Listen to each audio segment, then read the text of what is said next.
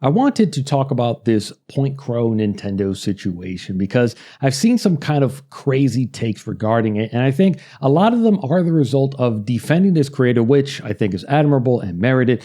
But there's one take in particular that I think is insane that I wanted to talk about. So I wanted to make this video to give my thoughts on all of this. Now, quick recap. Pointcrow is a content creator with over 1.6 million subscribers who released a Breath of the Wild multiplayer mod on April 6th, and within 24 hours, Nintendo hit him with copyright claims in an effort to get videos of the mod taken off YouTube. Now, a week after that, Pointcrow posted a video to let his community know that Nintendo escalated their attacks. Now, some of my thoughts may sound like an attack on Pointcrow or a defense of Nintendo, but it's actually neither. I think it's more important to clarify a few of his points and to discuss why Nintendo is the way that they are, because I still see many are confused by Nintendo's somewhat draconian responses. So let's go over some of the things he said in that video, starting with this. I was able to get an email address for Nintendo and sent a message asking that we discuss what's going on and try to reach an amicable resolution that would make both parties happy.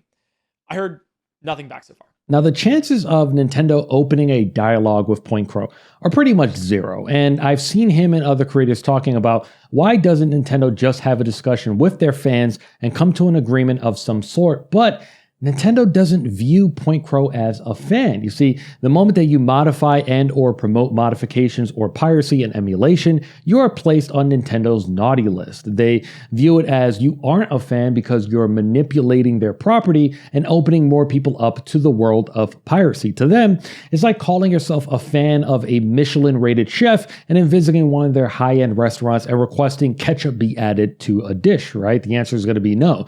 That meal was specifically crafted and created for all those ingredients to work together, and I'm sure the chef wouldn't call you a passionate fan if they discovered you brought your own bottle of Heinz and dumped it all over the plate, right? No matter how much love you have for the company and regular gameplay you share with your community, the moment you share mods, you are no longer a fan in their eyes.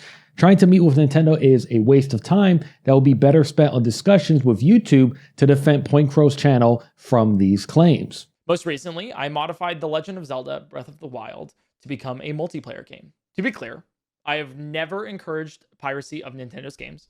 The mods that I've commissioned are not being sold, and all of the code is custom, meaning that they are free of Nintendo assets. Now, a few thoughts here. Even though Pointcrow may have never vocally encouraged piracy in Nintendo's eyes, the moment that you create and share a modification, you are promoting emulation, hacking, and piracy.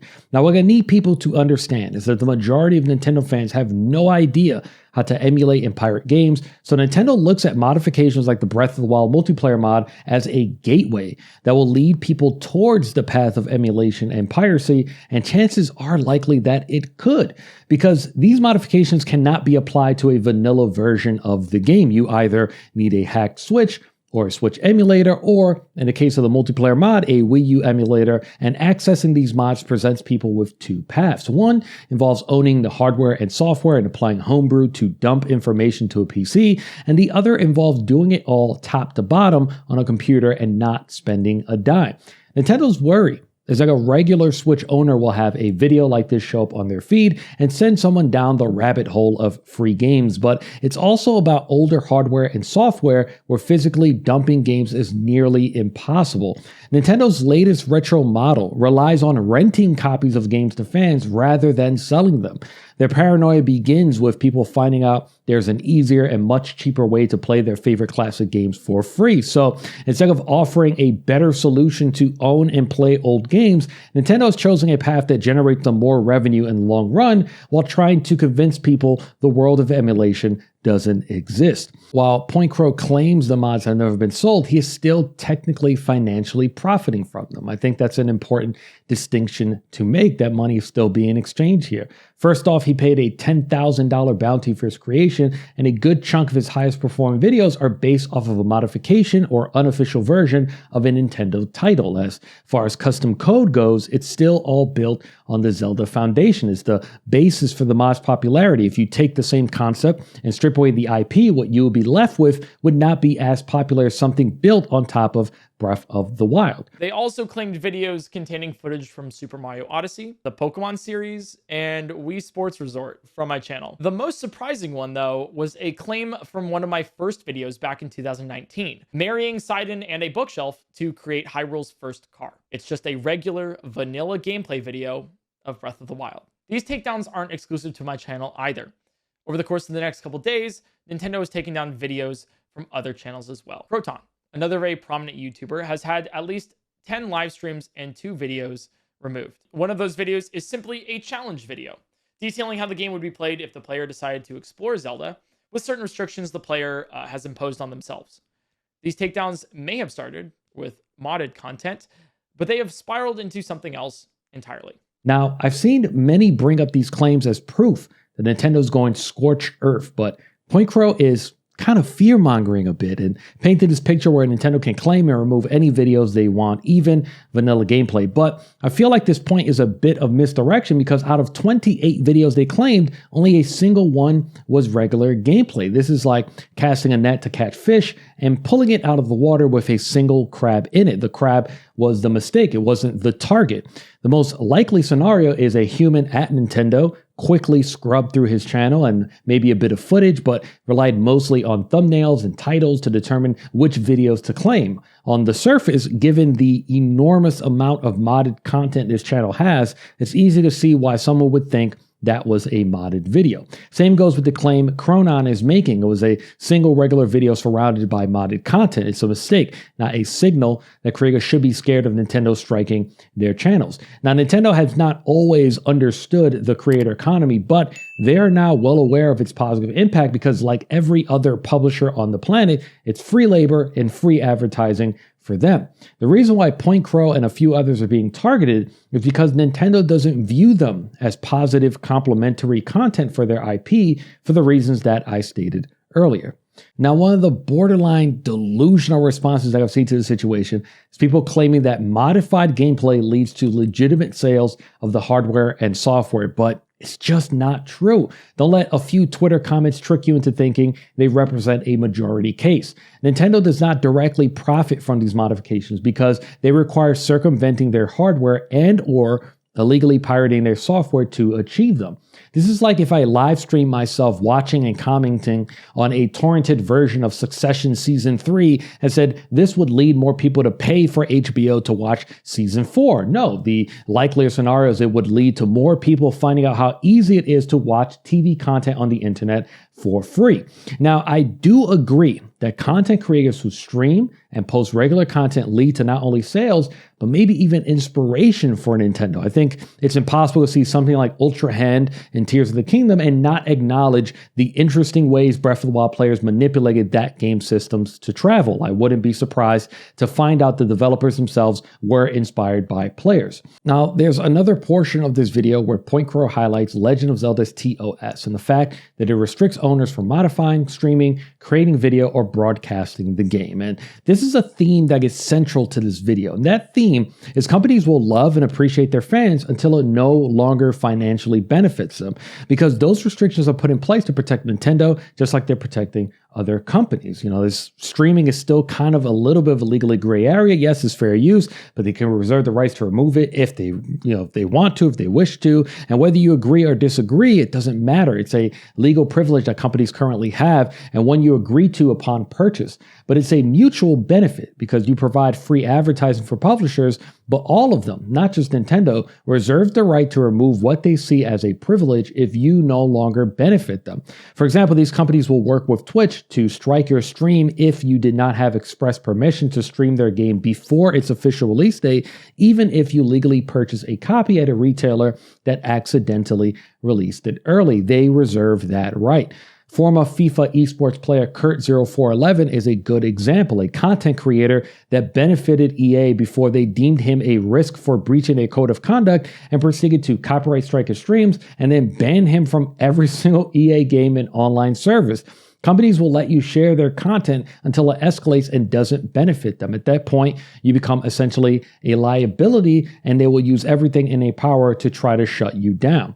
Now, he also brings up Nintendo's game content guidelines and highlights this first Q&A and this portion at the top of the page, but it's also a bit of misdirection because right under that point is this one. You are only permitted to use Nintendo game content that has been officially released, and right under that is, quote, "We reserve the right to remove any content that we believe is unlawful, infringing, inappropriate, or not in line with these guidelines." The key word there is "we believe." It's almost like this self-policing from their perspective.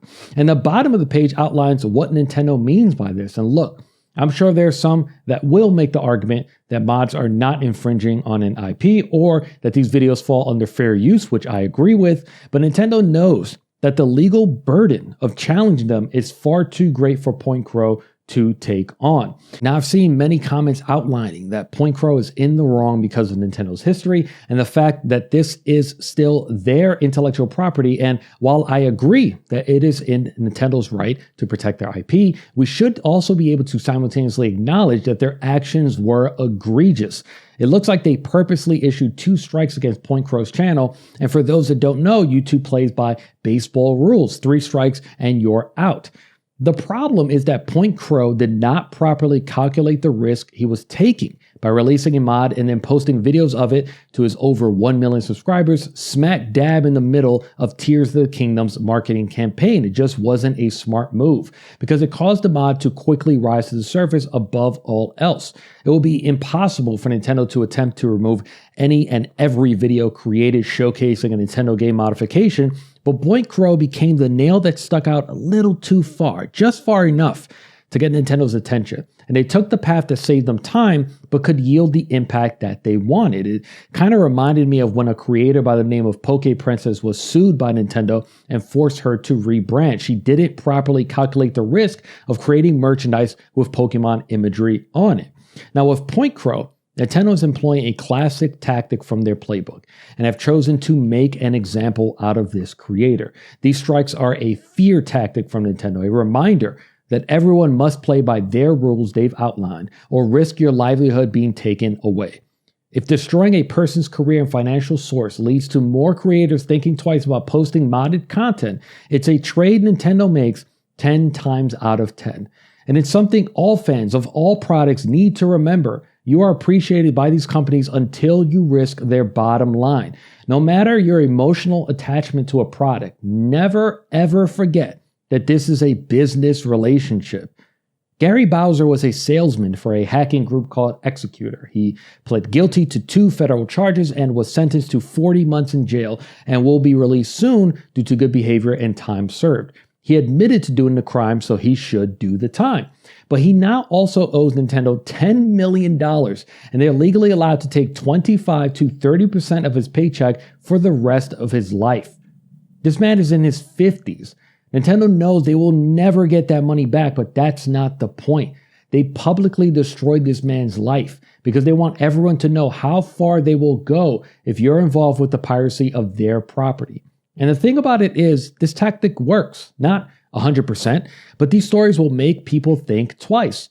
Pointcrow has already tweeted that he is no longer going to upload modded videos. And if you're a creator that relies on YouTube as your main source of income, you're going to think twice about doing the same in the future, or you're probably considering removing videos that you have on your channel right now.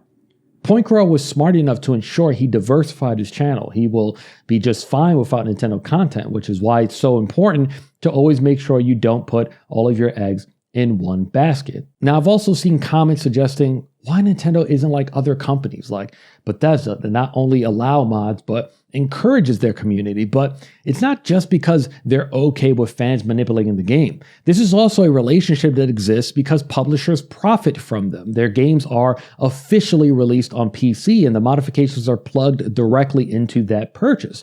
While creators view mods as a great way to innovate new ways to play a game, publishers view it as free labor to fix issues that they don't have the time and resources to dedicate to, and without any time or money spent, it extends the shelf life of a PC game. But even in those instances, it's a relationship that exists as long as it doesn't affect their bottom line or future plans. And Take-Two is a perfect example of this. They understand that GTA role-playing servers are the prime driver of GTA 5's sustained success in the last few years, and it's impossible to discredit their impact on sales and GTA Online revenue. They allow them to exist because it generates revenue, but they also have a history of issuing cease and desist for projects that don't benefit them. The horrible GTA Trilogy Definitive Edition was announced October 2021, and Take-Two went on a cease and desist spree months earlier to take down mods that modernized GTA 3, Vice City, and San Andreas. And that's because they wanted their crummy version to be the only way for people to experience those games nowadays.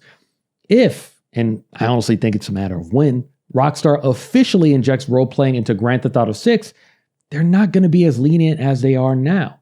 Sony, traditionally known for console games, doesn't seem to have any issues with mods for their PC versions because, once again, they lead to sales. But if someone were to announce a Last of Us Part 1 multiplayer mod, knowing that Sony is currently working on an official Last of Us multiplayer game, I guarantee you they'll be able to cease and desist because while allowing CJ and Big Smoke to fight on Midgard works in their favor to sell more games, a mod that detracts from a future project would not.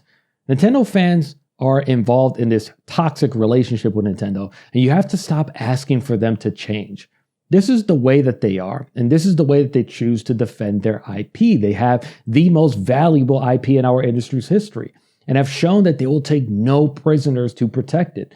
They apparently coerced GameStop into firing an employee for leaking an internal screenshot that seemed to prove a months-old leak of a Zelda hardware was true and it was about to be announced. It seems like a minor infraction, but Nintendo's hoping that story makes the rounds, and the next time a retail employee sees an opportunity to leak something, they'll remember that headline and think twice. Now, it's important to acknowledge who Nintendo is and the fact that you need to stop asking them to change. It reminds me of DMX's view on trust. Always trust everyone to be themselves, but trust in the fact that you can see them well. It takes too much energy to not trust someone. You know what I mean? It takes too much energy. You always got to stay 2 steps ahead of them or whatever. But trust them to be them. To be themselves. Trust the snake to bite you. Trust the lion to laugh. Trust the thief to steal from you. Like, trust them to be them. But know them when you see them. Nintendo's stance on the manipulation of their IP is as clear as a beware of the dog sign. You can't read that, jump the fence, and then be baffled and upset when you get bitten. And the other side of the story is Nintendo is well aware of how hooked they are into fans' veins because they could nuke Pointcrow's channel off the face of the earth and survive the 48-hour news cycle. That's why you still see Nintendo content creators that defended Pointcrow on April 6th were the same ones that a week later rushed to post a 30-minute reaction video to that third trailer and call it a cinematic masterpiece. They know you won't quit no matter how badly they treat you. Now let me know in the comments below your thoughts about this topic. Please like and subscribe, and thank you so much for watching.